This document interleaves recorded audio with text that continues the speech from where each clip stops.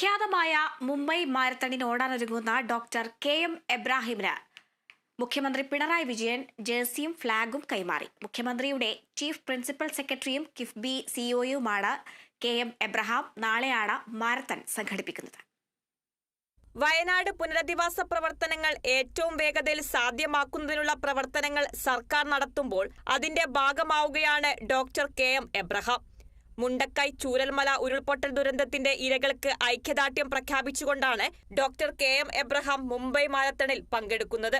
മാരത്തണിൽ ഓടാനൊരുങ്ങുന്ന മുഖ്യമന്ത്രിയുടെ chief principal സെക്രട്ടറിയും കിഫ്ബി സിഇഒയുമായ എബ്രഹാമിന് മുഖ്യമന്ത്രി പിണറായി വിജയൻ ജേഴ്സിയും ഫ്ളാഗും കൈമാറി.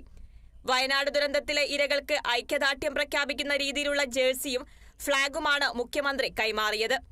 42 കിലോമീറ്റർ ദൈർഘ്യം വരുന്ന ഫുൾ മാരത്തണായ മുംബൈ മാരത്തൺ നാളെയാണ് നടക്കുക. നേരത്തെയും ഇതേ ദൈർഘ്യം വരുന്ന ലണ്ടൻ മാരത്തണിൽ പങ്കെടുത്ത് ഡോക്ടർ കെ.എം. എബ്രഹാം വിജയകരമായി പൂർത്തിയാക്കിയിരുന്നു. Kerala vision news, Thiruvananthapuram.